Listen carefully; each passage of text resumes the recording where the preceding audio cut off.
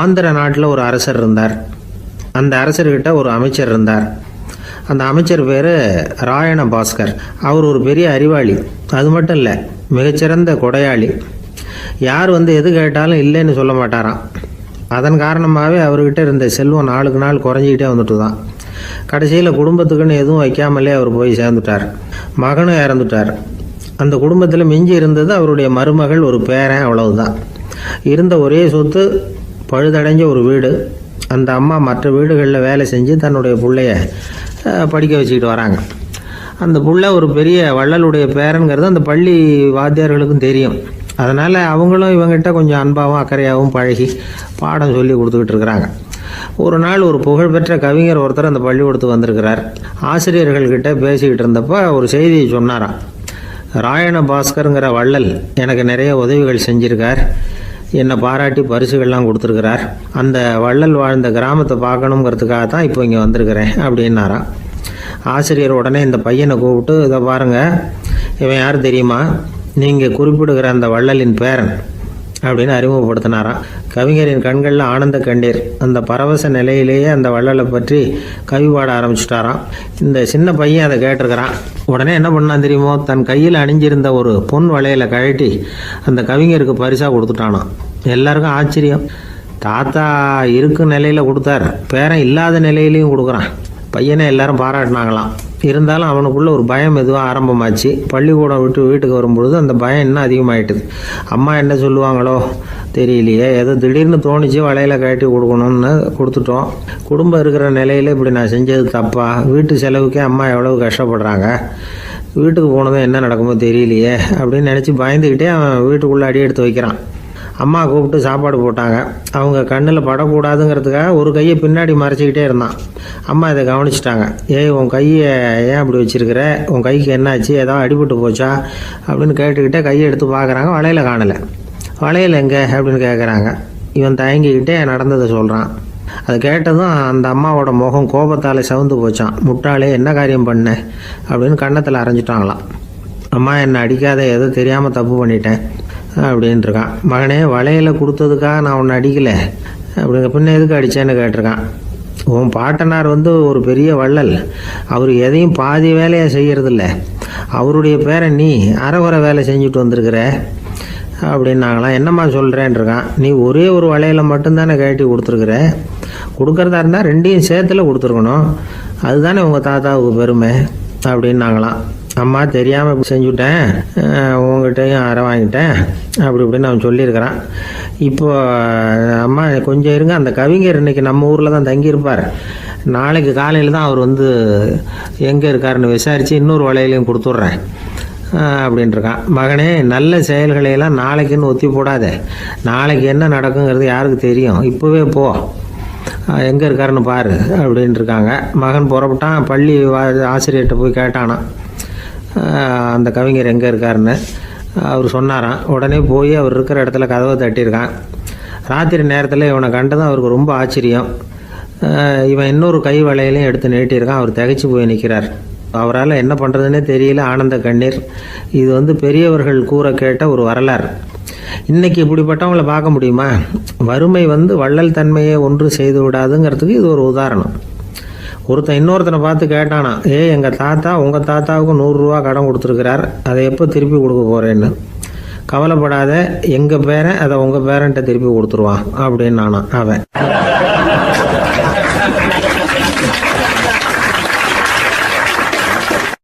எனக்கு வாழ்க்கையே வெறுத்து போச்சு சார் அப்படின்னு சொல்லிட்டு ஒருத்தர் வந்தார். கொஞ்ச நேரம் பேசினதுக்கப்புறம் அவர் அப்படி சொல்லியிருந்தா அதில் ஒரு அர்த்தம் இருந்திருக்கும். வர்றதுக்கு முன்னாடியே வாழ்க்கை வெறுத்து போச்சுன்னு சொல்லிட்டு வர்றார். என்ன சார் விஷயம்னு விசாரித்தோம். எங்கள் வீட்டில் தினம் 3 வேளையும் ஒரே மாதிரி சாப்பாடு சார், வித்தியாசமே கிடையாது. இப்படியே 3 மாதமாக சாப்பிட்டுக்கிட்டு இருக்கிறேன். அதை விட பட்டினி கிடந்து செத்துடலாம்னு தோணுது அப்படின்னார். ஒரு பெரியவர் சொன்ன தத்துவத்தை சொல்கிறதுக்கு ஆள் கிடைக்காம தவிச்சுக்கிட்டு இருந்தோம். இப்போ ஒருத்தர் கிடைச்சிட்டார். விட்டுலாமா? உடனே அவரை உட்கார வச்சு சொல்ல ஆரம்பிச்சிட்டோம். அதாவது நாம் அனுபவிக்கிற உணர்வுகளில் களிப்பு, மகிழ்வு, ஆனந்தம், இது 3க்கும் ஒன்றுக்கு ஒன்று வித்தியாசம் உண்டு. மேம்போக்காக பார்க்குறதுக்கு இது 3 ஒன்று மாதிரி தோணும். ஆனால் அது அப்படி இல்லை. களிப்புங்கிறது உடம்பை பொறுத்தது, மகிழ்வுங்கிறது மனசை பொறுத்தது, ஆனந்தம்ங்கிறது ஆன்மாவை பொறுத்தது. இப்படி இந்த 3 வகையான அந்த சுவைப்புகளின் தன்மையும் வேற வேற. இப்போ முதல்ல களிப்புங்கிறத எடுத்துக்குவோம். நம்ம புலன்களுக்கு களிப்பை தரக்கூடிய பொருள்களுக்கு சில விசேஷ குணம் உண்டு. அது எப்படின்னா, சீக்கிரமே சலிப்பை உண்டு பண்ணும். ஒருத்தர் அந்த பொருளை எடுத்துக்கிட்டால் அது இன்னொருத்தருக்கு குறைஞ்சிரும். உணவு, உடை இதெல்லாம் களிப்பை தரக்கூடிய பொருள்கள். இப்போ உதாரணத்துக்கு, ஒரு சாப்பாட்டு மேசையில் ஒரு பாத்திரத்தில் 10 இட்லி இருக்குது. அதில் ஒரு 2 இட்லியை நம்ம தட்டில் எடுத்து வச்சு சாப்பிட்றோம். நாம் சாப்பிட்ட அந்த இட்லி நிச்சயமாக எதிரில் உட்காந்துருக்கிறவருக்கு இல்லை, அவருக்கு உபயோகப்படாது. நாம் சாப்பிட்ட அதே இட்லியை அவரும் சாப்பிட முடியாது, அவர் வேற தான் எடுத்து வச்சுக்கணும். அது மாதிரி நாம் ஒரு சட்டையை எடுத்து போட்டுக்கிறோம், அதே சட்டையை அதே நேரத்தில் இன்னொருத்தர் போட்டுக்க முடியாது. புலன்களுக்கு களிப்பை தரக்கூடிய இது மாதிரி பொருள்கள்லாம் முதல் தடவை நமக்கு கொடுக்குற களிப்பை 2வது தடவையும் கொடுக்காது, 3வது தடவை இன்னும் குறையும், கடைசியில் வெறுப்பாக மாறிடும். ஒவ்வொன்றா இட்லியை தொடர்ந்து சாப்பிட்றோம்னு வச்சுக்கோங்க, முதல் இட்லி தரக்கூடிய சுவையை 30வது இட்லி தராது. முதல் தடவை புது சட்டையை போட்டுக்கிறப்போ நமக்கு இருக்கிற களிப்பு அதே சட்டையை 100வது தடவையாக போட்டுக்கிறோம்னு வைங்க, அப்போ இருக்குமா? இருக்காது. இதுதான் களிப்பு. அதாவது சீக்கிரமே சலிப்பை தரக்கூடியது. ஒருத்தர் எடுத்துக்கிட்டால் இன்னொருத்தருக்கு குறைஞ்சி போகக்கூடியது.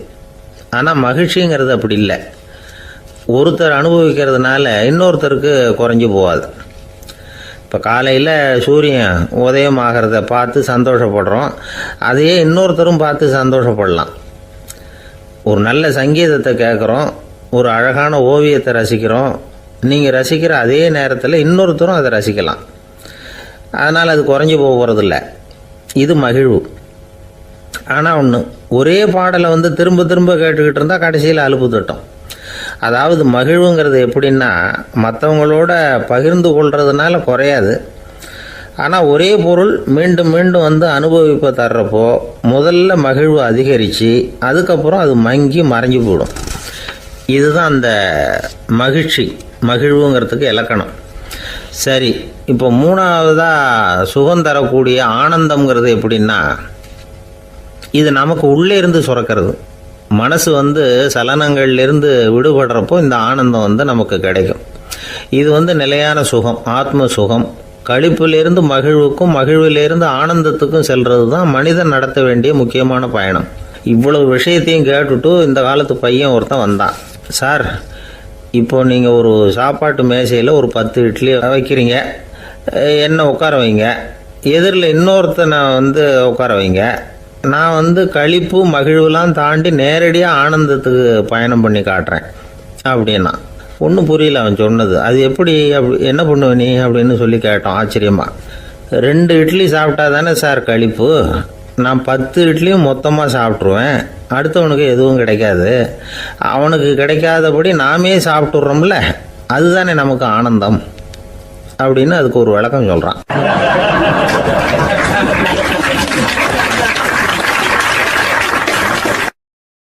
துஷ்டரை கண்டால் தூர விலகு, இப்படி ஒரு பழமொழி உண்டு. எதுக்காக இப்படி சொல்லி வச்சாங்க? துஷ்டன் ஏதாவது தொந்தரவு கொடுப்பான், அதனால அவனை கண்டா பயந்துக்கிட்டு ஓடி ஒளிஞ்சிக்கோ அப்படின்னா இதுக்கு அர்த்தம் அப்படி இல்லை. ஒரு துஷ்டன் கிட்ட நெருங்கி போறோம்னு வச்சுக்கோங்க, அவன் நமக்கு கெடுதலான ஆலோசனைகள் எதையும் சொல்லலாம், அல்லது அவன் தீய உணர்வுகள் உள்ளவனா இருக்கலாம், அல்லது தீய செயல்கள் செய்யக்கூடியவனா இருக்கலாம், அல்லது தீய நட்புனால அவன் ஏற்கனவே கெட்டு போனவனா கூட இருக்கலாம். இப்படிப்பட்டவனை நெருங்கி போனா அவனோட பாதிப்பு நமக்கும் வந்துடும். அதனால விலகி போ அப்படின்னு சொல்றாங்க. இதையே கொஞ்சம் விவரமா இப்ப பார்ப்போமே. இப்ப இந்த துஷ்டர்களை 4 வகையா பிரிக்கிறாங்க. இந்த 4 வகைக்கும் உதாரணம் வேணும்னா வேற எங்கேயும் போக வேண்டியதில்லை, மகாபாரதத்தை பார்த்தாவே போதும். அதுல இந்த 4 வகையான தீயோரும் வர்றாங்க. முதல் வகைக்கு உதாரணம் சகுனி. இவன் மனசுல எப்பவும் தீய எண்ணங்கள் தான் நிறைஞ்சிருக்கும், கனவுல கூட தீய ஆலோசனைகள். யாராவது ஒருத்தர் நல்லபடியா வாழ்ந்தா அதை இவனால சகிச்சிக்க முடியாது. இப்படிப்பட்டவனோட நெருங்கிய தொடர்பு துரியோதனனுக்கு கிடைச்சது. துரியோதனன் எப்படின்னா, அவன் ஏற்கனவே தீய காரியங்கள் செய்யறதுக்கு தயங்காதவன். அப்படிப்பட்டவனுக்கு தீய போதனைகள் செய்யறதுக்கு சகுனி உதவுனா. இந்த 2 பேரோட சகவாசம் இன்னொருத்தனுக்கு கிடைச்சது. அவன் யாருன்னா துச்சாதனன். அவன் தீய நடத்தை உள்ளவன். இந்த 3 பேரும் ஒன்று சேர்ந்தா என்னத்துக்கு ஆகும்? உலகமே கெட்டு போடும்ல. இந்த 3 துஷ்டர்களோட நல்லவன் ஒருத்தன் வந்து சேர்ந்தான். அவன் தான் கர்ணன். கர்ணன் இயல்பாகவே உத்தம குணம் உள்ளவன். அவன் நல்லவங்களோட சேராம இப்படிப்பட்ட கெட்டவங்க கிட்ட நட்பு வச்சுக்கிட்டான். அதனால அவனும் தீய செயல்களில் ஈடுபடுறது மாதிரி ஆயிடுது. துரியோதனனுடைய நண்பனா அவனுடைய ஆதரவுல வளர்ந்ததுனால அவனுக்கு துணையா இருக்க வேண்டி இருக்குது அப்படின்னா. நட்பு உரிமையினால உதவி புரிய வேண்டியது சரிதான், அது தப்புன்னு சொல்ல முடியாது. இருந்தாலும் தீய செயல்களுக்கு உதவி செய்யறது சரியில்லை. புத்தி பலம் புஜ பலம் எல்லாம் இருந்தா கூட தெய்வ பலம் இல்லைன்னா ஜெயிக்க முடியாது. கர்ணன் மகா வீரன். இருந்தாலும் கடைசியில் அவன் கதி என்னாச்சு? அவங்ககிட்ட எல்லா நல்ல குணங்களும் இருந்தது. இருந்தாலும் ஏன் இப்படி ஆச்சு? தீயவர்களுடைய சேர்க்கை தான் காரணம். அவங்களோட சேர்ந்ததுனால இவனையும் அப்படியே நினைக்க ஆரம்பிச்சுட்டாங்கல்ல. 4 வகை துஷ்டர்கள்ல இவனும் ஒரு வகை அப்படின்னு சொல்ல ஆரம்பிச்சிட்டாங்க. அதாவது தீய ஆலோசனைக்கு சகுனி, தீய உணர்வுகளுக்கு துரியோதனன், தீய செய்கைக்கு துச்சாதனன், தீய நட்புக்கு கர்ணன். இப்படி உதாரணமாயிட்டான். அதனாலதான் துஷ்டரை கண்டால் தூர விலகு அப்படின்னு சொன்னாங்க. அது புராண காலம். இப்பெல்லாம் நிலைமை கொஞ்சம் வேற விதமா இருக்குது. அன்னைக்கு ஒரு நாள் அப்படிதான் ஒரு காட்டு பாதையில யாரோ ஒருத்தர் அடிபட்டு கிடந்தார். யாரோ ஒரு துஷ்டன் அவனை அடிச்சு போட்டுட்டு போயிட்டான் போல இருக்கு. அந்த வழியா போன ஒருத்தர் பரிதாபப்பட்டு அவனை போய் தூக்கினார். ஆறுதல் சொன்னார், இதை பாருங்க, இந்த வழியா எப்பவும் தனியா வரக்கூடாது. ஏன்னா இங்க ஒரு ரவுடி இருந்துகிட்டு வர்றவங்க போறவங்களெல்லாம் வழிப்பறி பண்ணிட்டு இருக்கிறதா கேள்விப்பட்டிருக்கிறேன் அப்படின்னாராம். இனிமே அப்படி கேள்விப்பட மாட்டீங்க அப்படின்னு அந்த ஆளு. ஏன்னு கேட்டிருக்காரு இவர். அவன் சொல்லியிருக்கான், நான் தான் சார் அந்த ரவுடி. இந்த வழியா போனவங்க கிட்ட தகராறு பண்ணேன். அவங்க தான் என்ன இப்படி அடிச்சு போட்டு என்கிட்ட இருந்த பணத்தையெல்லாம் பிடுங்கிட்டு போட்டாங்க சார். காலம் ரொம்ப கெட்டு போச்சு அப்படின்னு நானா ரொம்ப பரிதாபமா.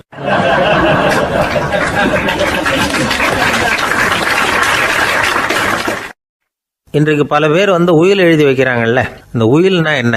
அதாவது ஒரு நபர் தனக்கு பின்னாடி தன்னுடைய சொத்துக்கள் யாருக்கு போய் சேரணும்னு நினைக்கிறாரோ அந்த நினைப்பை சட்டப்படி உறுதிப்படுத்துறது தான் உயில். சரி, உயிலை யார் எழுதலாம்? 18 வயசு பூர்த்தியான யாரும் உயில் மூலமாக சொத்துக்களை விநியோகிக்கலாம். கண் பார்வை இல்லாதவங்க, காது கேளாதவங்க, வாய் பேச முடியாதவங்க, இவங்கெல்லாம் கூட உயில் எழுதி வைக்கலாம். புத்தி சுவாதீனம் இல்லாதவங்க கூட சில சமயம் புத்தி தெளிவாக இருந்தால் உயில் எழுதலாமா.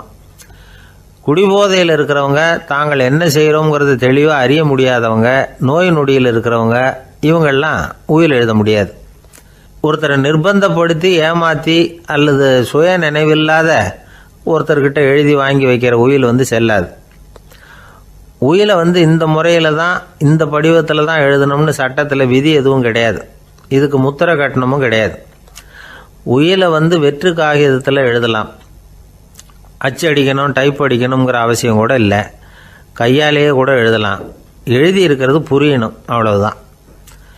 குறைந்தபட்சம் 2 சாட்சிகளை வச்சுக்கிட்டு உயில் எழுதுகிறவர் அதில் கையெழுத்து போடணும். கையெழுத்து போட தெரியாதுன்னா இடது கை பெருவிரல் ரேகை வைக்கலாம். உயில் சாசனத்துக்கு சாட்சிகள் கையெழுத்து இல்லைன்னாலும் அது செல்லாது. அப்புறம் பிரிவிலேஜ்டு வில் அப்படின்னு இருக்கு. அதுக்கு மட்டும் சாட்சிகள் தேவையில்லை. அது என்னன்னா, இந்த விமானப்படை, கப்பல் படை அல்லது யுத்தத்தில் பணிபுரியும் நபர்கள் அவங்கெல்லாம் இருக்கிறாங்க இல்லையா, அப்படிப்பட்டவங்க எழுதுகிற உயில் அது. அதுக்கு சில விசேஷ சலுகைகள் உண்டு. ஒருத்தர் முதல்ல ஒரு உயில் எழுதி வைக்கிறார், அதுக்கப்புறம் மனசு மாறி போகுது, அது வேணாம்னு நினைக்கிறார், ரத்து செஞ்சுடலாம். அதுக்கப்புறம் வேற உயிலும் எழுதலாம். உயிரோடு இருக்கிற வரைக்கும் எத்தனை தடவை வேணும்னாலும் உயில் எழுதலாம். கடைசியாக எழுதப்பட்ட உயில் சட்டப்படி சரியாக இருந்தால் அதுதான் அமலுக்கு வரும். சரி, எழுதுகிற உயிலை ரகசியமாக வச்சிருக்கிறது எப்படி? இது ஒரு கேள்வி. இதுக்கு என்ன செய்யணும்னா, ஒருத்தர் உயிலை எழுதினதுக்கு அப்புறம் அவர் தானாவோ அல்லது அங்கீகரிக்கப்பட்ட முகவர் மூலமாகவோ, அதாவது ஒரு ஏஜெண்ட் மூலமாகவோ, ஒரு கவரில் போட்டு சீல் வச்சு கவர் மேலே தன்னுடைய பெயரை எழுதி அல்லது அந்த ஏஜெண்ட் பெயரை எழுதி கவர் மேலே என்ன அடக்கம் செய்யப்பட்டிருக்கு, உள்ளே என்ன இருக்குது அப்படிங்கிற விவரம்லாம் எழுதி சார் பதிவாளர்கிட்ட ஒப்படைக்கலாம். இதுக்கு கட்டணம் உண்டு. அதுக்கப்புறம் எப்போ தேவைப்படுதோ அப்போ ஒரு மனு கொடுத்து அந்த கவரை திருப்பம் வாங்கிக்கலாம். இப்போ எழுதுகிற உயில இவ்வளவு நாளுக்குள்ளே பதிவு செய்யணுங்கிற கால வரையறை உண்டா அப்படின்னு ஒரு கேள்வி வரலாம் இல்லையா? எப்போ வேணும்னாலும் பதிவு செய்யலாம். நம்மால் ஒருத்தர் ஒரு நாள் ரொம்ப அவசரமாக வந்தார். இந்த உயில் எழுதுறது சம்பந்தமாக பூரா விவரமாக எனக்கு உடனே தெரியணும்னார். நான் உடனே அவரை வக்கீல் ஒருத்தர்கிட்ட அழைச்சிட்டு போனேன். இவர் அவர்கிட்ட எல்லா விவரமும் கேட்டு தெரிஞ்சுக்கிட்டார். ரொம்ப தேங்க்ஸ்ன்னு சொல்லிவிட்டு 2 பேரும் வெளியில் வந்தோம். அதுக்கப்புறம் இவர்கிட்ட கேட்டேன், ஆமாம் இவ்வளவு விவரமாக கேட்குறீங்களே, உங்களுக்கு எத்தனை பிள்ளைங்க சார் அப்படின்னு கேட்டேன். 6 பேர் சார் அப்படின்னார். சரி, இருக்கிற சொத்து எவ்வளவுன்னு கேட்டேன். அதை இனிமே தான் சம்பாதிக்க போகிறேன் அப்படின்னார்.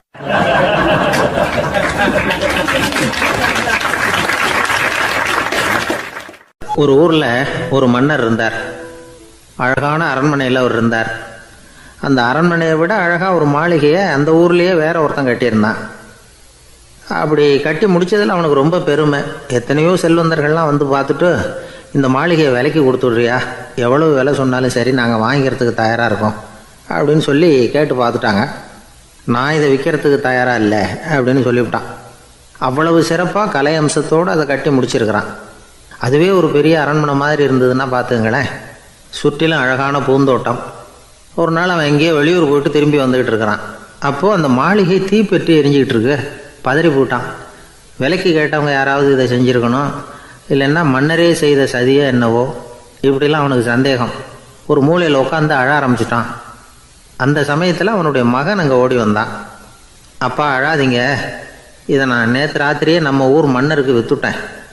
இதை கட்டி முடிக்க நமக்கு எவ்வளவு செலவாச்சோ அதை போல் 3 மடங்கு விலைக்கு விற்றுட்டேன், கவலைப்படாதீங்க. இதை விட அழகான மாளிகையை நாம் புதுசாக கட்டிக்கலாம்னா. இதை கேட்டதும் அழுதுகிட்டு இருந்தவன் அழுகையை நிறுத்தினான், சிரிக்க ஆரம்பிச்சிட்டான். இதே இடத்த நான் வந்து மன்னர்கிட்ட இருந்து விலைக்கு வாங்குவேன், இதை விட அழகான மாளிகையை கட்டுவேன் அப்படின்னு சுற்றி நின்று எல்லார்கிட்டையும் சொல்லிக்கிட்டு இருந்தான். இந்த சமயத்தில் அவனோட இளைய மகன் ஓடி வந்தான். அப்பா, அண்ணன் சொன்னதெல்லாம் சரிதான், மன்னர்கிட்ட விலை பேசினதெல்லாம் உண்மைதான், ஆனால் விற்றது பேச்சு அளவில் தான். இனிமே தான் பத்திரம் வாங்கணும், எழுதணும், நீங்கள் கையெழுத்து போடணும், பதிவு பண்ணணும், மன்னர்கிட்ட பணம் வாங்கணும். அதுக்காகத்தான் உங்களை எதிர்பார்த்துக்கிட்டு இருந்தோம். அதுக்குள்ளே இப்படி ஆயிட்டுதுன்னா. இப்போ சிரிச்சுக்கிட்டு இருந்தவன் சிரிப்பை நிறுத்தினான். மறுபடியும் குழந்த மாதிரி அழ ஆரம்பிச்சிட்டான். இது ஒரு சம்பவம். இதிலிருந்து என்ன தெரியுது? அந்த அழகான மாளிகை தன்னுடையது அப்படின்னு நினைக்கும் பொழுது அவனுக்கு அழுகை வந்தது. அது தன்னுடையது இல்லை அப்படின்னு நினைக்கிற போது சிரிப்பு வந்தது. மறுபடியும் அது தன்னுடையது தான் அப்படிங்கிற உணர்வு வரும்பொழுது அழுகை. எது எதிலிருந்து நீ நீங்கி இருக்கிறாயோ அது அதிலிருந்து உனக்கு துன்பம் இல்லை அப்படிங்கிறார் திருவள்ளுவர். இந்த உடம்பு என்னுடையதில்லை அப்படிங்கிற உணர்வு வந்துட்டா அது ஒரு பெரிய நிலை. அந்த நிலை வரணும். எல்லாத்தையும் பயன்படுத்திக்கலாம், ஆனால் பற்றில் விழுந்துடக்கூடாது. உலகத்தில் இருங்கள், ஆனால் உலகத்தவராக இருக்காதீர்கள். உலகிற்குள் இருங்கள், உலகம் உங்களுக்குள் வந்துவிட அனுமதிக்காதீர்கள். விலகி இருங்கள், விழித்திருங்கள், மௌனமாய் பார்த்திருங்கள் அப்படிங்கிறது சான்றோர் கருத்து. செய்ய வேண்டிய கடமையிலிருந்து விலகி இருக்கிறவர்கள் நம்மக்கிட்ட நிறைய பேர் உண்டு. அப்படிப்பட்ட ஒருத்தர் டாக்டர்கிட்ட போனார். டாக்டர், நான் ஒரு கவர்மெண்ட் ஆஃபீஸில் வேலை பார்க்குறேன், எனக்கு ஒரே அசதியாக இருக்குது, என்னை சோதிச்சு பாருங்கள், ஆலோசனை சொல்லுங்கள் ஏதாவதுன்னார். டாக்டர் அவரை பரிசோதனை பண்ணி பார்த்துட்டு சொன்னார், இதை பாரு, உனக்கு இப்போ தேவைப்படுறது முழு ஓய்வு. நீ எவ்வளவு சீக்கிரமாக ஆஃபீஸுக்கு போறியோ அவ்வளவுக்கு உனக்கு நல்லது அப்படின்னாராம்.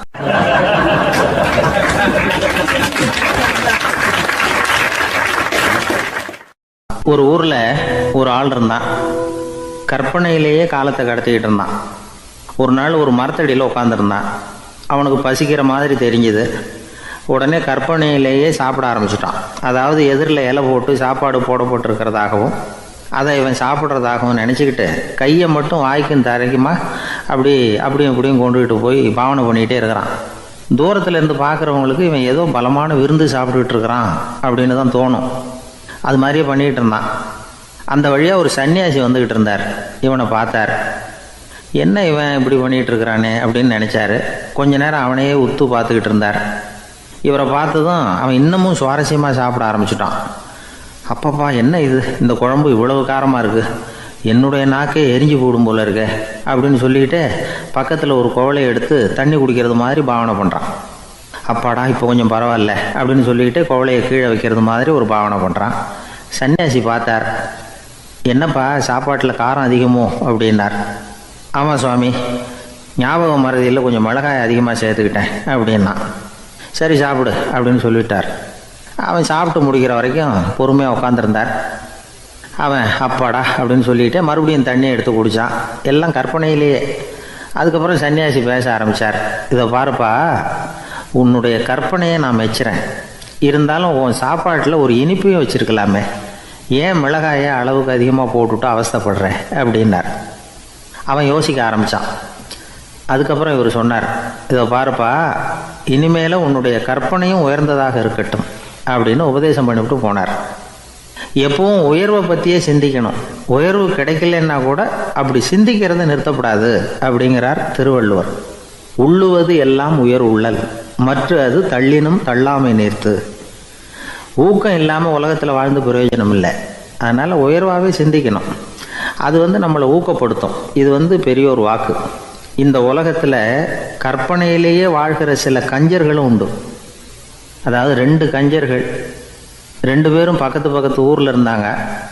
பொங்கல் சமயம் ஒரு கஞ்சன் தன்னுடைய மகனை கூப்பிட்டான். இதை பாருப்பா, பக்கத்து ஊரில் என்னுடைய நண்பன் ஒருத்தன் இருக்கிறான். அவனுக்கு பொங்கல் பரிசு ஏதாவது கொடுக்கணும். நான் ஒரு 4 ஆட்டுக்குட்டியை தரேன், நீ கொண்டுகிட்டு போய் கொடுத்துட்டு வந்து விட்றியா அப்படின்னு கேட்டான். சரி, நான் புள்ள ஒரு பைய கையில் எடுத்துக்கோன்னா. அவன் எடுத்துக்கிட்டான்.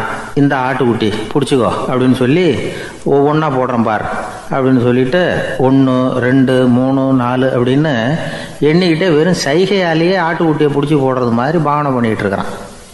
அவன் பிள்ளையும் அது ரொம்ப அக்கறையாக வாங்கிக்கிறது மாதிரி வாங்கிக்கிட்டு அந்த பையை தூக்கிக்கிட்டு அடுத்த ஊருக்கு போகிறான். இவன் அங்கே போய் சேர்ந்த நேரத்தில் அந்த கஞ்சன் ஊரில் இல்லை, எங்கேயோ வெளியில் போயிருக்கிறான். அவனோட புள்ள மட்டும்தான் வீட்டில் இருந்தான். இவன் அவன்கிட்ட, இதை பாரு, எங்கள் அப்பா உங்கள் அப்பாவுக்கு ஆட்டுக்குட்டி கொடுத்து அனுப்பியிருக்கிறாரு, பிடிச்சிக்கோ அப்படின்னு சொல்லி பாவனையிலேயே ஒவ்வொன்றா எடுத்து அவங்ககிட்ட கொடுத்துட்டான். அவனும் வாங்கிட்டான் வாங்கிறது மாதிரி. அப்புறம் சொன்னான், சரிப்பா, நானும் பதிலுக்கு ஏதாவது ஒன்றுகிட்ட கொடுக்கணும் இல்லையா, அதனால் அந்த பையை பிடி, ஒரு 10 எலுமிச்சம்பழம் தரேன், பதிலுக்கு அதை நீ எடுத்துகிட்டு போ அப்படின்னு சொல்லி கையாலேயே ஒவ்வொன்றா எடுத்து போடுறது மாதிரி பாவனை பண்ணிவிட்டான். அவனும் ரொம்ப நன்றி அப்படின்னு சொல்லிவிட்டு அதை வாங்கிட்டு போயிட்டான். கொஞ்ச நேரம் கழித்து வெளியில் போயிருந்த அப்பங்காரன் திரும்பி வந்தான். உள்ள சொன்னான், அப்பா, உன்னோட நண்பர் அவருடைய மகன் மூலமாக உனக்கு 6 ஆட்டுக்குட்டி கொடுத்து அனுப்பியிருந்தார். நானும் பதிலுக்கு ஒரு 10 எலுமிச்சம்பழம் கொடுத்து அனுப்பியிருக்கிறேன் அப்படின்னா. எப்படிடா கொடுத்தேன்னு கேட்டார் அப்பா. இப்படி தான் கொடுத்தேன்னு சொல்லி சைகையிலேயே காட்டினான். இதை பார்த்ததும் அப்பங்காரனுக்கு பயங்கரமாக கோபம் வந்துட்டுது. பலார்னு அரைஞ்சுட்டான் பையனை. ஏன்ப்பா அரைஞ்ச? 10 எலுமிச்சம்பழம் கொடுத்துட்டேனே அப்படிங்கிறதுக்காகவா அப்படின்னு கேட்டான். அது கூட பரவாயில்ல, நீ காட்டுற சைகையை பார்த்தா ஆரஞ்சு பழம் சைஸுக்கு இருக்குதே, அவ்வளவு பெருசாக ஏன் கொடுத்த? அதுதான் எனக்கு கோபம் அப்படி.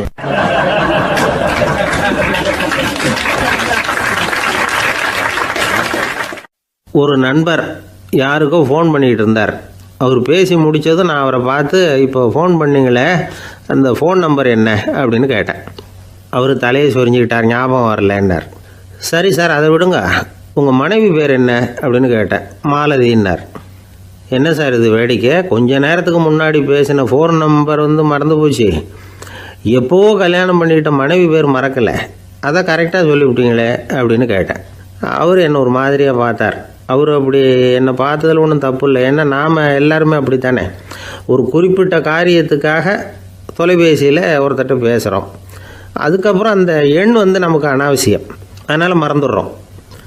இதுக்கு பேர் தான் தற்காலிக ஞாபகம். ஆனால் மனைவி பேரை மறந்துட முடியுமா?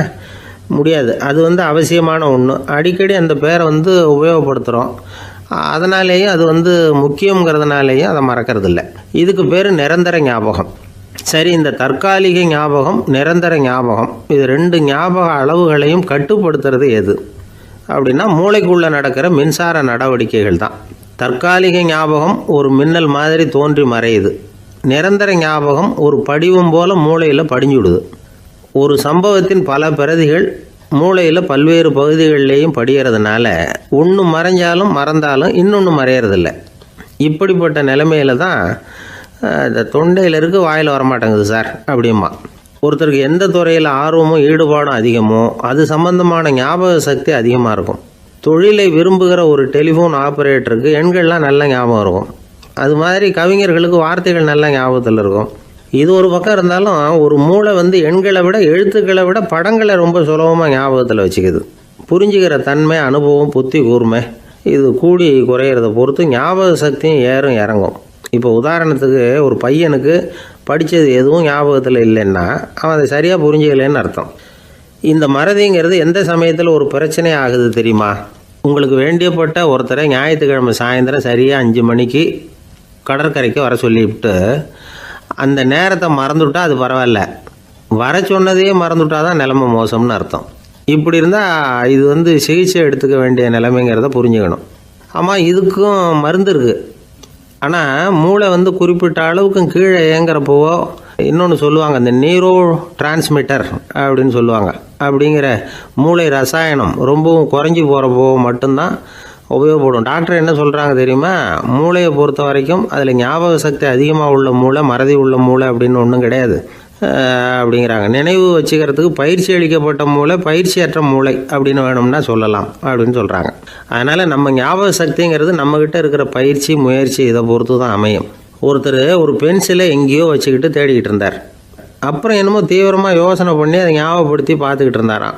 எதிரில் உட்காந்துருந்தவர் சொன்னார், பென்சிலை தானே தேடிக்கிட்டு இருக்கீங்க, அது உங்கள் வலது காதில் இருக்குது சார் அப்படின்னாராம் அவர். இதுக்கு அவர் சொல்லியிருக்காரு, பென்சிலை வலது காதில் தான் வச்சுருக்கேங்கிறது எனக்கு நல்லா ஞாபகம் இருக்குது, ஆனால் எது வலது காதுங்கிறது தான் மறந்து போச்சு அப்படின்னாராம். அவர் அதை தான் யோசிச்சுட்டு இருந்திருக்கிறார்.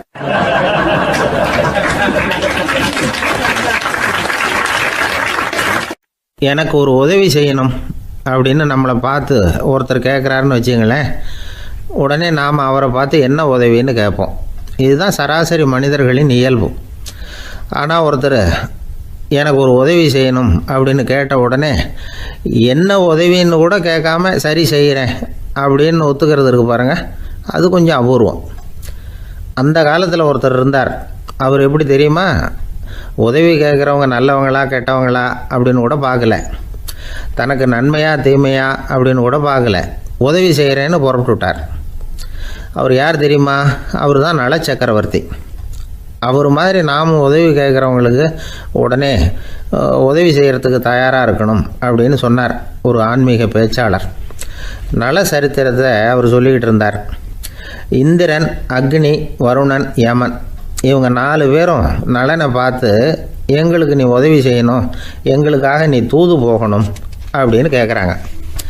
யாருக்கிட்ட தூது போகணும், என்ன காரியத்துக்காக போகணும் அப்படின்னு கேட்கணும்ல. நலன் அப்படி கேட்கவே இல்லை, உடனே சரின்னு ஒத்துக்கிறான். அதுக்கப்புறம் அவங்க விவரம் சொல்கிறாங்க, என்ன உதவி, யாருக்கிட்ட தூது போகணும் அப்படிங்கிற விவரத்தை சொல்கிறாங்க. நலனுக்கும் அப்புறம்தான் புரியுது, எந்த தமயந்தியை இவன் காதலிச்சானோ, எந்த தமயந்தின் சுயமரத்துக்காக இவன் போய்கிட்டு இருக்கிறானோ அந்த தமயந்தியை பார்த்து தங்களுக்காக அவகிட்ட வாதாடணும், பேசணும், தங்களில் ஒருத்தரை கல்யாணம் பண்ணிக்கும்படியாக கேட்கணும் அப்படின்னு அவங்க 4 பேரும் நலன்கிட்ட கேட்குறாங்க. இதை கேட்டதும் நலன் கொஞ்சம் கூட முகம் சுளிக்கலை, பதட்டப்படலை. நேராக தமயந்தி கிட்ட போகிறான். இந்திரன், அக்னி, வருணன், யமன் இவங்களோட சிறப்புகளை எடுத்து சொல்கிறான். இவங்களில் ஒருத்தரை கல்யாணம் பண்ணிக்கலாம் அப்படின்னு சொல்லி கேட்டுக்கிறான். ஆனால் இதுக்கு தமயந்தி சம்மதிக்கலை. சுயம்பரம் நடக்குது, அவள் நலனை தேர்ந்தெடுக்கிறாள். அந்த 4 பேரும் நலனுக்கு நிறைய வரங்கள்லாம் கொடுக்குறாங்க. அதுக்கப்புறம் இப்படி போகுது கதை. இதில் நாம் கவனிக்க வேண்டியது என்னென்னா, உதவின்னு கேட்ட உடனே என்ன உதவின்னு கேட்காம சரி செய்கிறேன்னு சொன்னான் பாருங்கள், அதை கொஞ்சம் சிந்திக்கணும்.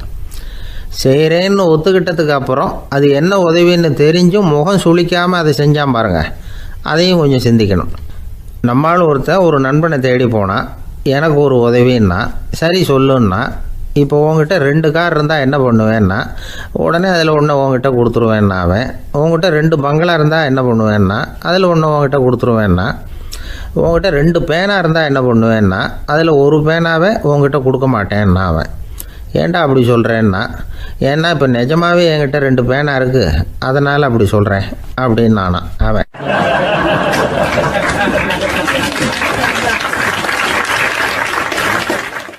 காலை நேரம் கடற்கரை ஓரம் காலை வீசிக்கிட்டு கையை வீசிக்கிட்டு ஏதோ சண்டைக்கு போகிற சிப்பாய் மாதிரி எல்லாரும் நடந்து போயிட்டுருக்குறாங்க. நடைப்பயிற்சி. அதில் நமக்கு தெரிஞ்ச ஒருத்தர் எதிரில் வந்தார் ரொம்ப வேகமாக. என்ன சார் வாக்கிங்க அப்படின்னு கேட்டோம். அவரால் ஆமாம்னு பதில் சொல்ல முடியல.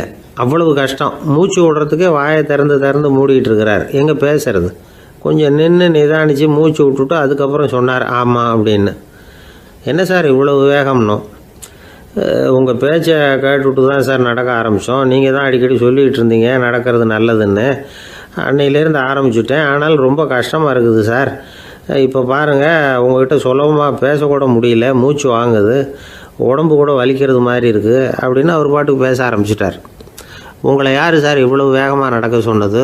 வேகத்தை குறைங்க, மெதுவாக நடங்க அப்படின்னோம். நீங்கள் நடக்கிறதுனால என்னென்ன சௌகரியம்னு அன்னைக்கு சொன்னீங்களே தவிர சௌகரியமாக நடக்கிறது எப்படின்னு சொல்லலையே அப்படின்னார் அவர். இன்னமும் லேசாக மூச்சு வாங்கிக்கிட்டே சொன்னால் கூட இவர் சொல்கிறதுலேயும் ஒரு நியாயம் இருக்குது. அதனால் இந்த நடைப்பயிற்சி பண்ணுறவங்க கவனிக்க வேண்டிய சில முக்கியமான குறிப்புகள் இருக்குது. அது என்னென்னங்கிறத அவங்க தெரிஞ்சுக்கணும். அது தெரிஞ்சு வச்சுக்கிறது நல்லது. இதெல்லாம் மருத்துவ நிபுணர்கள் சொல்கிற குறிப்புகள். அவங்க என்ன சொல்கிறாங்க தெரியுமா? உங்கள் வயசு 40க்கு மேலேயா? உங்கள் எடை இருக்க வேண்டியதை விட 10 கிலோ அதிகமாக இருக்குதா? நீங்கள் புகை பிடிக்கிறவரா? இதய நோய், இரத்த நாள நோய், உயர் இரத்த அழுத்தம் இப்படி ஏதாவது உங்களுக்கு உண்டா? அப்படின்னா நீங்கள் உங்கள் இஷ்டத்துக்கு வரிஞ்சு கட்டிக்கிட்டு நடைப்பயிற்சி பண்ண ஆரம்பிச்சிடாதீங்க.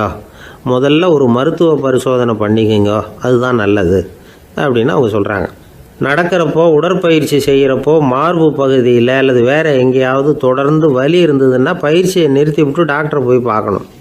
நடைப்பயிற்சி பண்ணுறப்போ உங்கள் சக்திக்கு தகுந்த மாதிரி மெதுவாக அதிக கஷ்டம் இல்லாமல் முன்னேறலாம். அங்கே என்ன போட்டியாக வைக்கிறாங்க? முந்திக்கிட்டு போய் என்ன பண்ண போகிறோம்? பரிசாக வாங்க போகிறோம். அதனால் நிதானம் அவசியம் அப்படிங்கிறது அவங்க ஆலோசனை. தொந்தரவு கொடுக்காத ஷூ, ட்ரெஸ்ஸு இதுகளை உபயோகப்படுத்துங்க. பாதத்தில் ஆடு தசை இருக்குல்ல, அங்கே ஏதாவது பிரச்சனை இருந்ததுன்னா டாக்டரை பாருங்கள். அந்த பாதத்தில் வலி வரும் அந்த இடத்துல. வெயில் காலமாக இருந்தால் தலைக்கு தொப்பி வச்சுக்கோங்க. பனியில் நடந்தாலும் அப்படி தான். தலையை பத்திரமா பார்த்துக்குங்க. நம்மக்கிட்ட ஏதோ கொஞ்சம் உருப்படியாக தெரியறது அது தானே. உடற்பயிற்சிக்கு முன்னாடி பின்னாடி பயிற்சி செய்கிறப்போ நிறைய தண்ணி குடிக்கலாமா. முதல் 1 மாதத்துக்கு கொஞ்சம் தளர்த்தியாக சாவகாசமாக நடக்கலாம். மணிக்கு 3 அல்லது 4 கிலோமீட்டர் வேகம்னு வச்சுங்களேன். அதுக்கப்புறம் வேகத்தை அதிகப்படுத்தலாம். மணிக்கு 6 அல்லது 8 கிலோமீட்டர் அளவுக்கு நடக்கலாம். நல்லா கையை வீசிக்கிட்டு நடக்கணும். மூச்சு விடுற எண்ணிக்கை அதிகரிக்கணும். இது மாதிரி ஒரு 30 நிமிஷம் நடக்கலாம். தனியாக நடந்து போகிறதுக்கு உங்களுக்கு என்னமோ மாதிரி இருக்குதா? கூட யாரையாவது சேர்த்துக்குங்க. ஒரு குரூப்பாக சேர்ந்து போகலாம். நடக்கிறதுங்கிறத ஒரு சந்தோஷமான சமாச்சாரமாக ஆக்கிக்கணும். தினம் இப்படி நடக்க வேண்டி இருக்குதே அப்படின்னு புலம்பிக்கிட்டே போகக்கூடாது. சில பேர் நடக்கிறப்போ கடந்த காலத்தை அசை போட்டுக்கிட்டே போவாங்க. சில பேர் வருங்காலத்தை அசை போட்டுக்கிட்டே போவாங்க. சில பேர் முக்கியமான திட்டம்லாம் இப்படி நடக்கிறப்போ தான் தீர்மானம் பண்ணுவாங்க. நடக்கிறதுனால மன இறுக்கம் குறையுது, பரபரப்பு குறையுது, மன ஆற்றல் பெருகுது, தன்னம்பிக்கை வளருது, முதுமை தள்ளி போகுது, செயல்திறன் அதிகரிக்குது. இதை தவிர உடம்புக்கும் பல விதமான சௌகரியங்கள் ஏற்படுது. அதனால் இது வரைக்கும் நடக்க ஆரம்பிக்காதவங்க இனிமேல் இந்த குறிப்புகளை கவனத்தில் வச்சுக்கிட்டு நடக்க ஆரம்பிச்சுடலாம். சார்லஸ் லேம்ப் அப்படின்னு ஆங்கில இலக்கிய மேதை ஒருத்தர். அவர் ஒரு தரம் உடம்பு சரியில்லைன்னு டாக்டர்கிட்ட போனாராம். டாக்டர் அவரை பார்த்துட்டு, நீங்கள் தினமும் காலையில் வெறும் வயத்தில் நடக்கணும் அப்படின்னாராம். வெறும் வயத்தில் நடக்கிறதுக்கு நான் தயார், ஆனால் வயிறு கிடைக்கணுமே சார். யார் வயத்து மேலே நடக்கிறது டாக்டர் அப்படின்னு கேட்டாராம் இவர்.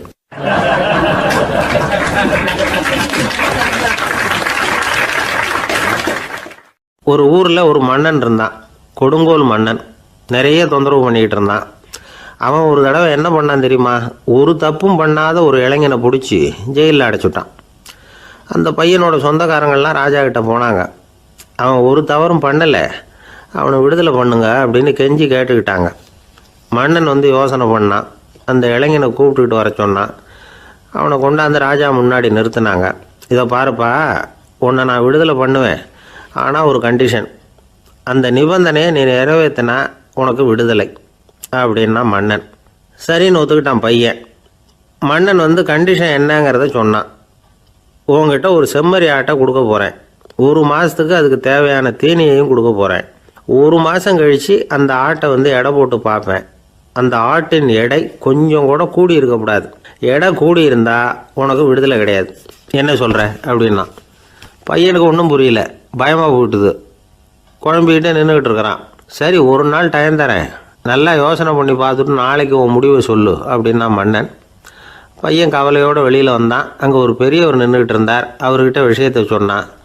அந்த பெரியவர் இந்த பையனுக்கு காதோட காதாக ஒரு வழியை சொல்லி கொடுத்தார். அதை கேட்டதும் பையன் மறுபடியும் மன்னன் முன்னாடி வந்து நின்னா, உங்கள் நிபந்தனையை ஏற்றுக்கிறேன்னு சொன்னான். மன்னன் வந்து ஒரு ஆட்டுக்குட்டியையும் அதுக்கு ஒரு மாதத்துக்கு தேவைப்படுற தீவனத்தையும் கொடுக்கும்படியாக உத்தரவு போட்டான். கொடுத்தாங்க, ஓடிட்டு போயிட்டான். ஒரு மாதம் தினமும் தவறாமல் அந்த தீவனத்தை ஆட்டுக்குட்டிக்கு போட்டுக்கிட்டு இருக்கிறான். ஒரு மாதம் கழித்து அந்த ஆட்டை வந்து அரண்மனைக்கு ஓட்டிகிட்டு போனான். மன்னன் அதை எடை போட்டு பார்க்குறான், எடை கூடவே இல்லை, அப்படியே தான் இருக்குது. உடனே போட்ட நிபந்தனைப்படி அந்த இளைஞனை வந்து விடுதலை பண்ணிவிட்டான். சரி, ஆட்டுக்கு எடை கூடாமல் இருக்கிறதுக்கு அந்த பெரியவர் சொல்லி கொடுத்த யோசனை என்ன அப்படின்னா, அது வேற ஒன்றும் இல்லை. அந்த ஆட்டுக்கு எதிரில் அது கண்ணில் படுற மாதிரி ஒரு ஓநாயை கட்டி போட சொன்னார். அவ்வளவுதான். ஆட்டுக்கு ஓநாய்ங்கிறது பிறவி பகை. ஓநாயை பார்த்தா ஆடு நடுங்க ஆரம்பிச்சிடும், அவ்வளவு பயம். தினமும் அந்த ஆடு பயந்துக்கிட்டே தேனி சாப்பிட்டுது, எடை கூடல. அதுதான் ரகசியம். இது வந்து சின்ன பிள்ளைங்களுக்கான ஒரு கதை. இதிலேருந்து தெரிஞ்சிக்க வேண்டிய உண்மை என்னென்னா, நாமெல்லாம் சாப்பிட்றப்ப மனசும் உடம்பும் அமைதியாக இருக்கணும். அப்போ தான் அது உடம்புல ஒட்டும். அவசரத்துலேயும் பயத்துலையும் சாப்பிட்டா அது சரியாக ஜீரணமாகாது. இன்னொரு ராஜா இருந்தார். அவரும் ஒரு இளைஞனை ஜெயிலில் அடைச்சி விட்டார். விடுதலை பண்ணணும்னா ஒரு கண்டிஷன்னார். என்னன்னு கேட்டான். ஒரு ஆட்டுக்குட்டியை அவன் முன்னாடி கொண்டாந்து நிறுத்துவேன், நீ அதுக்கிட்ட ஒரு கேள்வி கேட்கணும், அதுக்கு சரியான பதிலை சொல்லணும். அப்படி செஞ்சுட்டா உனக்கு விடுதலைன்னார். இளைஞன் யோசனை பண்ணி பார்த்தான். சரின்னு ஒத்துக்கிட்டான். அது பிரகாரமே ஆட்டுக்குட்டியை பதில் சொல்ல வச்சுட்டான். என்ன நடந்தது தெரியுமா? ஆட்டுக்குட்டியை கொண்டாந்து நிறுத்தினாங்க. இவன் மெதுவாக அதுக்கிட்ட போனான். அது காதுகிட்ட போய் ஏப்ரலுக்கு அடுத்த மாதம் என்ன மாதம்னு கேட்டான். அது உடனே மேன்னு கத்திச்சு. இவன் விடுதலை ஆயிட்டான்.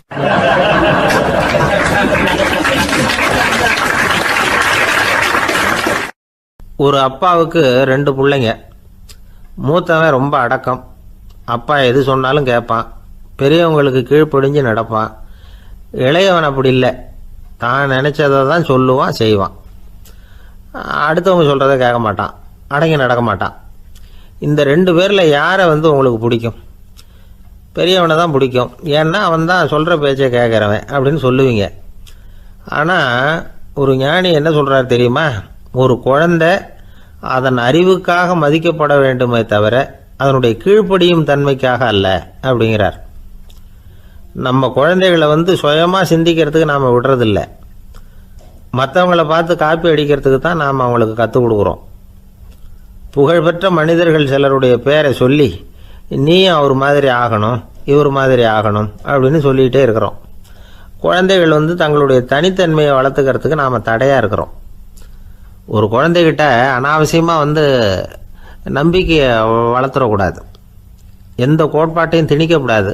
நாம் ஏற்கனவே அர்த்தமில்லாத கருத்துக்களையும் கொள்கைகளையும் மனசில் போட்டு நிரப்பி வச்சிருக்கிறோம். இந்த உலகத்துக்கு புதுசாக வந்து சேர்ந்திருக்கிற ஒரு குழந்தையின் தூய்மையான மனசில் நம்ம கருத்துக்களை அறிமுகம் செய்ய அல்லது திணிக்கிறதுக்கு நமக்கு எந்த அதிகாரமும் கிடையாது.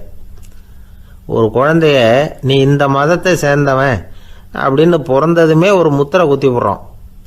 இது அதோட சுதந்திரத்தை ஆரம்பத்திலேயே கிள்ளி எறிகிறது மாதிரி தான். நீங்கள் ஒரு மதத்தின் வழிமுறைகளை கடைப்பிடிச்சிக்கிட்டு வர்றீங்க, அந்த வழியில் போய்கிட்டு இருக்கிறீங்க, சரி, அதனால் போகிறீங்க. அதுக்காக உங்கள் குழந்தையையும் அதே வழியில் தான் வரணும் அப்படின்னு கட்டாயப்படுத்துறதுக்கு உங்களுக்கு என்ன உரிமை இருக்குது? அந்த குழந்தை சுயமாக சிந்திச்சு ஒரு முடிவுக்கு வரட்டுமே, அதுக்கு நீங்கள் ஏன் தடையாக இருக்கிறீங்க? நமக்கு உண்மையிலேயே நம்ம குழந்தை மேலே அன்பு இருந்தால் இது மாதிரி திணிப்பு வேலைகளை செய்யக்கூடாது.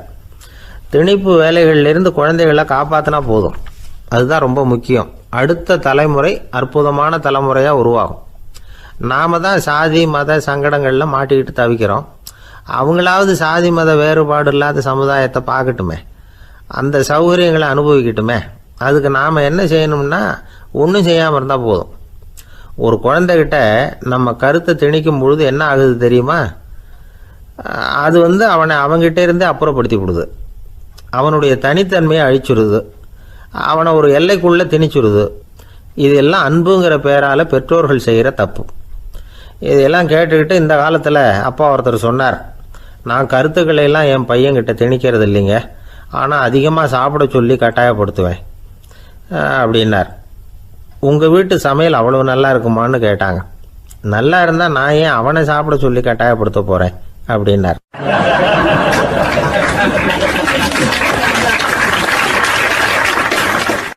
உங்கள் பையன் எப்படி சார் இருக்கான் அப்படின்னு விசாரித்தார் ஒருத்தர். அவன் என்ன சார், எதை சொன்னாலும் காதில் வாங்க மாட்டேங்கிறான், அவன் பாட்டுக்கு போகிறான் வர்றான் அப்படின்னு சொல்லி அழுத்துக்கிட்டார் அப்பா. பெரியவங்க சொல்கிறத சின்ன பிள்ளைங்க கேட்கறது இல்லைங்கிறது ஒரு குறை, பெரியவங்க சொல்கிறது சின்ன பிள்ளைங்க காதிலேயே விழறது இல்லைங்கிறது ஒரு குறை. இது கொஞ்சம் சீரியஸான விஷயம், கவனித்து பார்க்கணும். ஒரு குழந்தைக்கு காது சரியாக கேட்குதா இல்லையா அப்படிங்கிறத நாம் தான் கவனித்து பார்த்து கண்டுபிடிக்கணும். அதுவாக நம்மக்கிட்ட தவழ்ந்து வந்து அப்பா எனக்கு காது கேட்கல, அழைச்சிட்டு போங்க டாக்டர்கிட்ட அப்படின்னுலாம் சொல்லிகிட்டு இருக்காது. அது சரி, ஒரு குழந்தைக்கு காது சரிவர கேட்குதா இல்லையா அப்படிங்கிறத முன்கூட்டியே நாம் தெரிஞ்சுக்கிறது எப்படி? அதுக்கு சில வழி இருக்குது. உங்கள் குழந்தைய கொஞ்சம் அப்படி கவனித்து பாருங்கள்.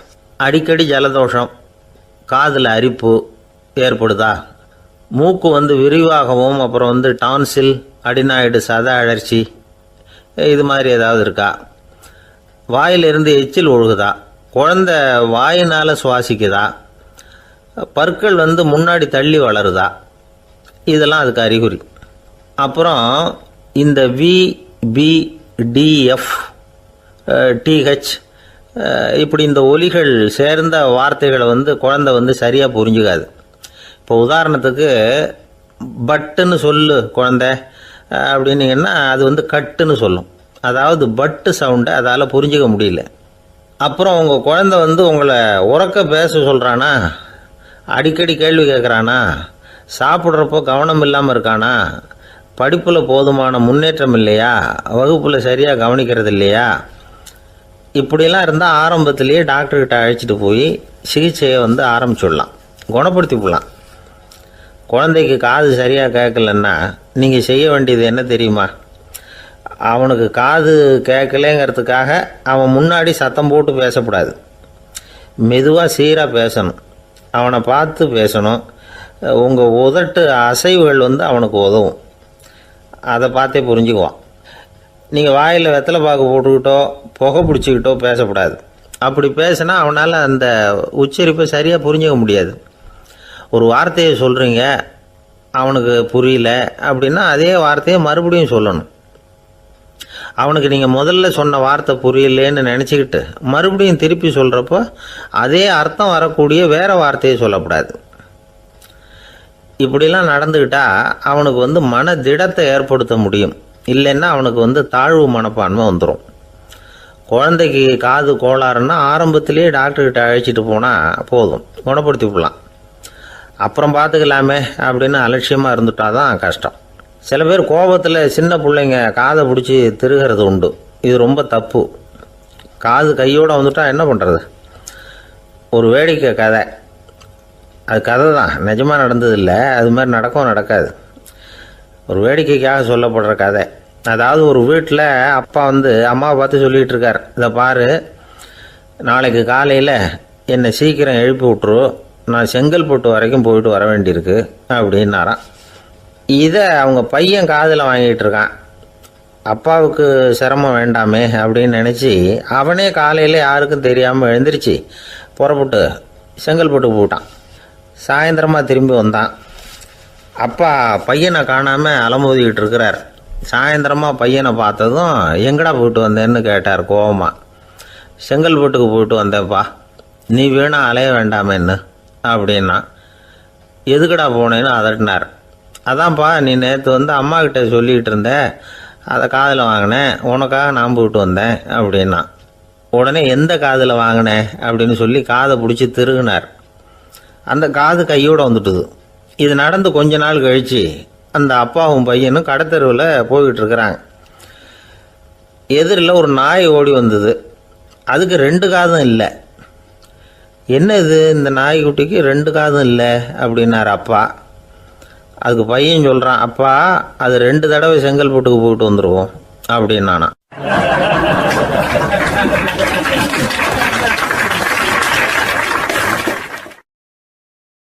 பிரிட்டிஷ் ஆட்சி நடந்துக்கிட்டு இருந்த காலம் 1920களின் கடைசி. அப்போ நடந்த ஒரு உண்மை நிகழ்ச்சி இது. ஒரு கல்யாண மாப்பிள்ளை ரயிலில் வந்து இறங்க போகிறார். அவரை வரவேற்க ஒரு ராஜ குடும்பமே வந்து காத்துக்கிட்டு இருக்குது. மங்களூர்லேருந்து வந்து இறங்குற அந்த மாப்பிள்ளை யார் தெரியுமா? ஒரு நாய். உண்மைதான், அந்த நாய்க்கு தான் கல்யாணம். சுதேசி சமஸ்தானத்து மன்னர்களில் ஒருத்தர் ஜூனாகட் மகாராஜா. அவரோட வளர்ப்பு நாய் ரோஷனாரா. அதுக்கு கல்யாணம் பண்ணி வைக்கணும்னு ஆசைப்பட்டார். மாப்பிள்ளை தேடினார். மங்களூர் மகாராஜாவோட வளர்ப்பு நாய் ஒன்று இருந்தது, பேர் பாபி. இது ரெண்டுக்கும் கல்யாணம் நடத்த முடிவு பண்ணார். திருமணத்துக்கு வேண்டிய எல்லா ஏற்பாடுகளையும் பண்ணுங்க அப்படின்னு உத்தரவு போட்டார். ஆயிரக்கணக்கான அழைப்புதழ்கள், பல சமஸ்தான மன்னர்கள், ஜமீன்தார்கள், பிரிட்டிஷ் அதிகாரிகள், பெரிய பணக்காரங்க, இப்படி நிறைய பேருக்கு அழைப்புதழ்கள் அனுப்பி வச்சாங்க. பத்திரிகையை பார்த்தவங்கெல்லாம் திகைச்சு போயிட்டாங்களாம். இருந்தாலும் என்ன பண்ணுறது, ராஜாவே அழைக்கிறார், போகாமல் இருக்க முடியுமா? அந்த சமயத்தில் நாட்டின் கவர்னர் ஜெனரலாக இருந்தவர் வந்து இர்வின் பிரபு. அவருக்கும் ஒரு பத்திரிகை போயிருக்குது. வாங்கி பார்த்ததும் அவருக்கு பயங்கர எரிச்சல். உடனே குப்பை தொட்டியில் போட்டுவிட்டாராம். மாட்சிமை தங்கிய பிரிட்டன் சக்கரவர்த்தியின் பிரதிநிதியான தன்னை கேவலம் ஒரு நாயின் திருமணத்துக்காக அழைக்கிறதா அப்படின்னு அவருக்கு ஆத்திரம். இருந்தாலும் கல்யாணம் பிரமாதமாக நடந்துதான். கல்யாணத்தன்னைக்கு பொண்ணுக்கு ஸ்பெஷல் குளியல், தண்ணீருக்கு பதிலாக வாசனை திரவியங்கள், பன்னீர், குளித்ததுக்கு அப்புறம் அலங்காரம், வைர மாலை, முத்து மாலை, ஏகப்பட்ட அலங்காரம். மாப்பிள்ளையை அழைக்கிறதுக்கு ரயில்வே ஸ்டேஷனில் ராஜ குடும்பமே காத்துக்கிட்டு இருக்குது. அவங்களோட வளர்ப்பு நாய்கள் 250.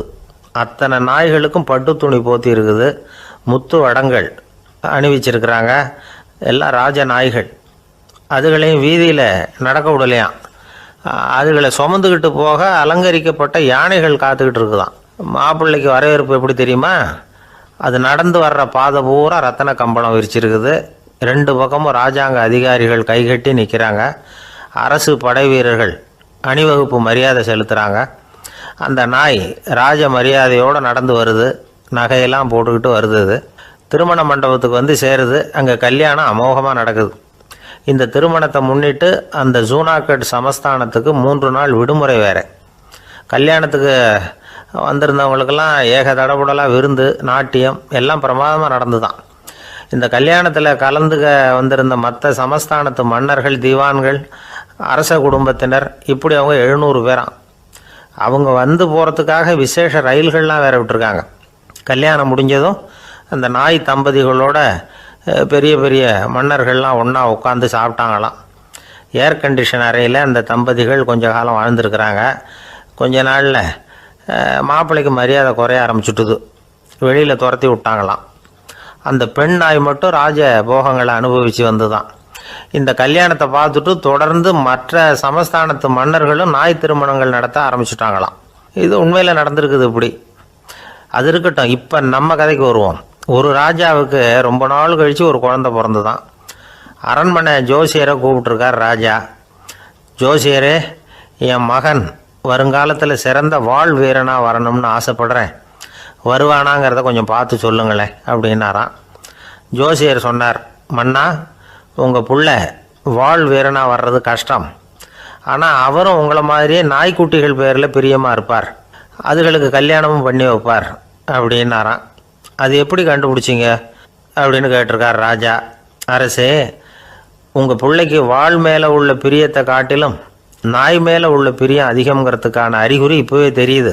நல்லா கவனித்து பாருங்கள். அவர் வாழ்னு கத்துறாரு அப்படின்னாரு. கவனித்து பார்த்துட்டு அப்படி எனக்கு காதில் விழலையே அப்படின்னாராம் மன்னர். அதனால தான் சொன்னேன், அவர் கத்துறது வாழ்னு கத்தலை, வள்ளுன்னு கத்திக்கிட்டு இருக்கார், அதனால தான் அப்படி சொன்னேன் அப்படின்னாராம் அரண்மனை ஜோசியர்.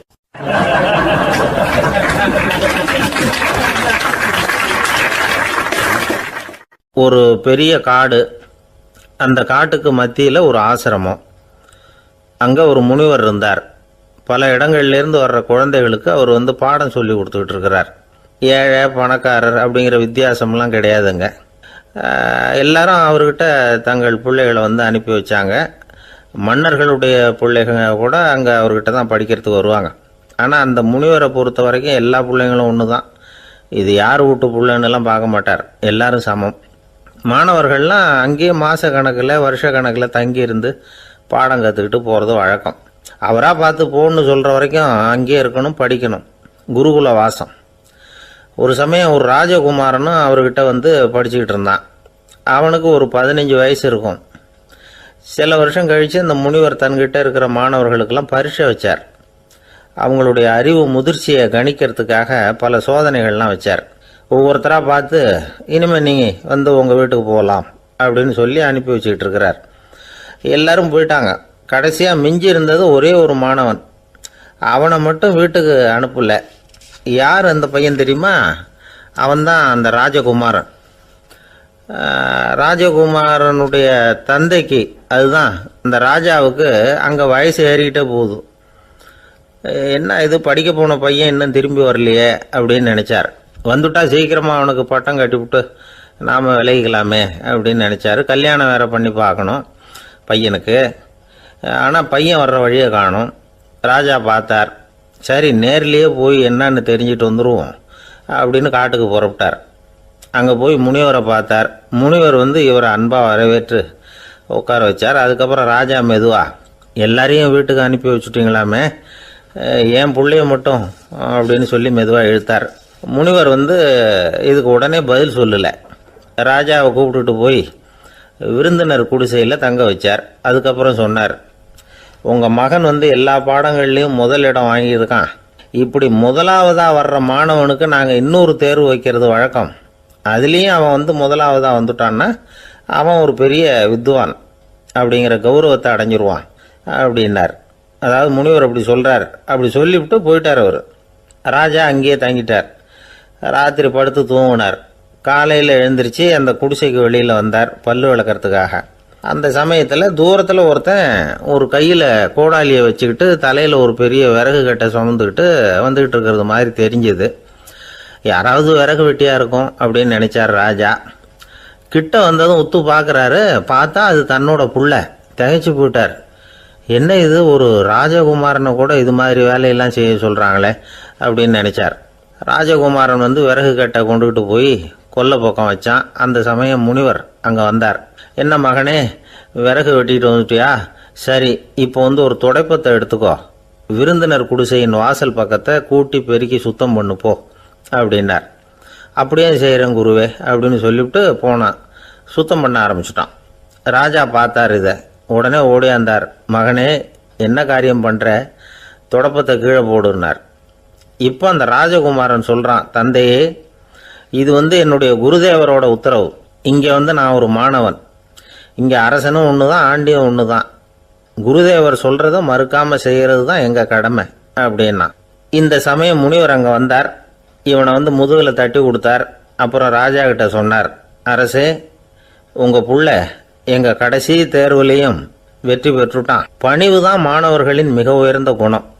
குருநாதர் சொல்கிறது மனசுக்கு பிடிக்கலன்னா கூட மறுக்காமல் செய்யணும். அப்படி செய்கிறதுனால எதை செய்யலாம் எதை செய்யக்கூடாது அப்படிங்கிற விவேகம் அவங்களுக்கு வந்துடும். செய்யக்கூடாததை கூட பெரியவங்க சொல்லிவிட்டா செஞ்சு தான் ஆகணும் அப்படிங்கிற பணிவு அவங்களுக்கு வந்துடும். இந்த குணம் வந்துட்டுதுன்னா அவங்க எத்தனை கடினமான வேலையாக இருந்தால் கூட ரொம்ப சுலபமாக செஞ்சு முடிச்சிருவாங்க.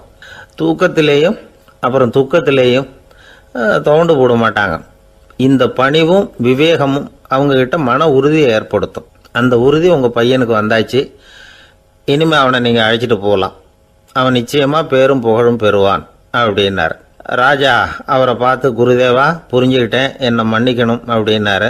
அதுக்கப்புறம் மகனை அழைச்சிக்கிட்டு நாட்டுக்கு திரும்பி வந்துட்டார். இந்த கதையை இன்று ஒரு தகவலில் சொல்லுங்கள் சார், உங்கள் நிகழ்ச்சியில் சொல்லுங்கள் சார் அப்படின்னு சொல்லி மாணவர்கள் கேட்டால் பணிவாக இருக்கிறது எப்படி அப்படிங்கிறத புரிஞ்சுக்குவாங்க அப்படின்னு சொன்னார் ஒருத்தர். சரி, சொல்லுவோம். அதுக்கு முன்னாடி நேர்லேயே ஒரு பையன்கிட்ட சொல்லி பார்க்கலாமே அப்படின்னு தோணுச்சு. உடனே ஒரு பையனை கூப்பிட்டோம். ஏன்பா, உங்கள் வாத்தியார் உனக்கு இது மாதிரி ஒரு பரீட்சை வச்சா என்ன பண்ணுவேன் அப்படின்னு கேட்டோம். நானும் அப்படி தான் சார் நடந்துக்குவேன். விறகு வெட்டுவேன், துடைப்பத்தினால கூட்டி சுத்தம் பண்ணுவேன், உடனே செஞ்சு முடிச்சிருவேன் சார் அப்படின்னா. பலே பரவாயில்லையே அப்படின்னோம். ஆமாம் சார், அப்படி செஞ்சால் தானே வீட்டுக்கு அனுப்புவார், இல்லைன்னா இன்னொரு வருஷம் இங்கேயே இருந்து படின்னு சொல்லிவிடுவார், அதனால் அப்படி செய்வேன் அப்படிங்கிறான் அந்த பையன்.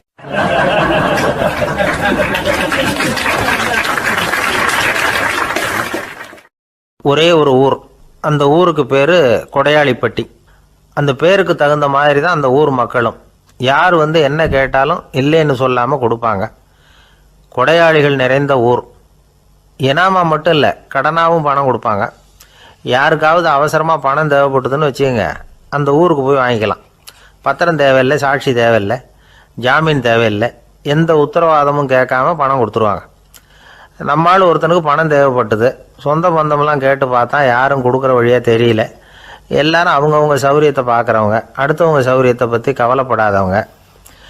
இவன் எல்லாரையும் கேட்டு பார்த்துட்டு சோர்ந்து போய் உக்காந்துட்டான். அந்த நேரம் தான் கொடையாளிப்பட்டியை பற்றி கேள்விப்பட்டான். அப்படி ஒரு ஊர் இருக்கிறது தெரிஞ்சதும் அந்த ஊருக்கு வழி கேட்டுக்கிட்டு ஒரு நாள் புறப்பட்டு போனான். வயல்காட்டு வழியாக போக வேண்டியிருந்தது. மெதுவாக நடந்து ஊர் எல்லைக்கு வந்துட்டான். 2 பக்கமும் விவசாய வேலைகள் மும்முரமாக நடந்துக்கிட்டு இருக்குது. ஏர் உழுதுகிட்டு இருக்கிறாங்க. அப்போ அங்கே ஒரு ஆளை பாம்பு கடிச்சுட்டுது. பக்கத்தில் வேலை செஞ்சுக்கிட்டு இருந்தவங்க ஓடி வந்தாங்க. அவசரமாக செய்ய வேண்டிய முதல் உதவியெல்லாம் செஞ்சு பார்த்தாங்க. பலன் இல்லை. அந்த ஆள் செத்து போட்டான். அவன் செத்து விட்டான்னு தெரிஞ்சதும் அவனை தூக்கி வரப்பு மேலே போட்டுட்டு எல்லாரும் அவங்கவுங்க வேலையை கவனிக்க ஆரம்பிச்சிட்டாங்க. அங்கே ஒரு ஆள் இவனை பார்த்து சொன்னான், ஐயா, நீங்கள் போகிற வழியில் இவன் சொந்தக்காரன், இவனுக்கு சோறு கொண்டுகிட்டு வருவான், இவன் இங்கே செத்துட்டான்னு அவங்ககிட்ட சொல்லிவிடுங்க அப்படின்னா. இவனுக்கு ரொம்ப ஆச்சரியம். என்னடா இது, பாம்பு கடிச்சுட்டுதுன்னதும் பதறி அடிச்சுக்கிட்டு ஓடி வந்தாங்க, செத்துட்டான்னதும் பேசாமல் தூக்கி போட்டுட்டு போயிட்டாங்க அப்படின்னு நினச்சிக்கிட்டே நடந்து போகிறான். எதிரில் சோறு கொண்டுக்கிட்டு ஒரு ஆள் வந்தான். இவன் விவரத்தை சொன்னான். அங்கே அவங்க சொந்தக்காரன் பாம்பு கடிச்சு செத்து போட்டான் அப்படின்னா. அவன் கொஞ்ச நேரம் அமைதியாக நின்னான். அதுக்கப்புறமா அங்கேயே வரப்பில் உட்காந்து கொண்டுகிட்டு வந்த சோத்தை தானே சாப்பிட்டு முடித்தான். பேசாமல் எழுந்திரிச்சு திரும்பி போயிட்டான். கொஞ்சம் கூட பதறல, அழலை. இப்படியும் ஒரு ஊரா அப்படின்னு நினச்சி ஆச்சரியப்பட்டுக்கிட்டே இவன் ஊருக்குள்ளே போனான். ஒரு பெரிய மனுஷனை பார்த்து பணம் கேட்டான். அவரும் இவனோட பேரையும் ஊரையும் மட்டும் விசாரிச்சுக்கிட்டு தேவையான பணத்தை கொடுத்துட்டார். பணத்தை வாங்கிட்ட பிறகு தன்னுடைய மனசை அரிச்சிக்கிட்டு இருந்த அந்த விஷயத்தை பற்றி கேட்டான். ஐயா, வழியில் ஒருத்தன் செத்துட்டான், அவனை அப்படியே தூக்கி வரப்பில் போட்டுட்டு எல்லாரும் வயல்வெளி வேலைகளை பார்த்துக்கிட்டு இருக்கிறாங்களே அப்படின்னா. இதுக்கு அந்த பெரியவர் சொன்னார், ஆமாம், அப்படி தான் செய்வோம். வேலை முடிஞ்சு வீட்டுக்கு திரும்புகிறப்போ அவனை தூக்கிட்டு வந்து அடக்கம் பண்ணிடுவோம் அப்படின்னார். ரொம்ப ஆச்சரியமாக இருக்கே அப்படின்னா. ஏன் உங்கள் ஊரில் யாராவது செத்துட்டா என்ன பண்ணுவீங்க அப்படின்னு கேட்டார். என்ன இப்படி கேட்குறீங்க, எங்கள் ஊரில் எல்லாம் பணத்தை தூக்க விட மாட்டாங்க, ஒப்பாரி வைப்பாங்க, கட்டி புரண்டு அழுது புலம்பி தீர்த்துருவாங்க அப்படின்னா. இவன் பெரியவர் பார்த்தார். அவங்ககிட்ட கொடுத்த பணத்தை லபக்குன்னு பறிச்சுக்கிட்டார். திருப்பி வாங்கிட்டார். இவன் பதறி போய் நிற்கிறான். அவர் சொன்னார், பணத்தையே விட மாட்டேன்னு கட்டுப்பிடிச்சி அழுதா நான் கொடுத்த பணத்தை மட்டும் எப்படி திருப்பி கொடுக்க போகிறேன், போயிட்டு வா அப்படின்னு விரட்டி விட்டாரான். இந்த கதையை நண்பர் ஒருத்தர் சொன்னார். கதை வேடிக்கையாக தெரிஞ்சால் கூட இதில் கருத்து உண்டு. பணம் பிணம் இது ரெண்டையுமே விடுறதுக்கு அவ்வளவு சுலபமாக மனம் வர்றதில்லை. இந்த 2 விஷயங்கள்லேயும் அறிவார்ந்த செயல்பாடு தேவை. ஒரு பேருந்து மரத்தில் மோதி விட்டுது. எல்லாரும் அடிபட்டு முனைகிட்டு கிடக்கிறாங்க.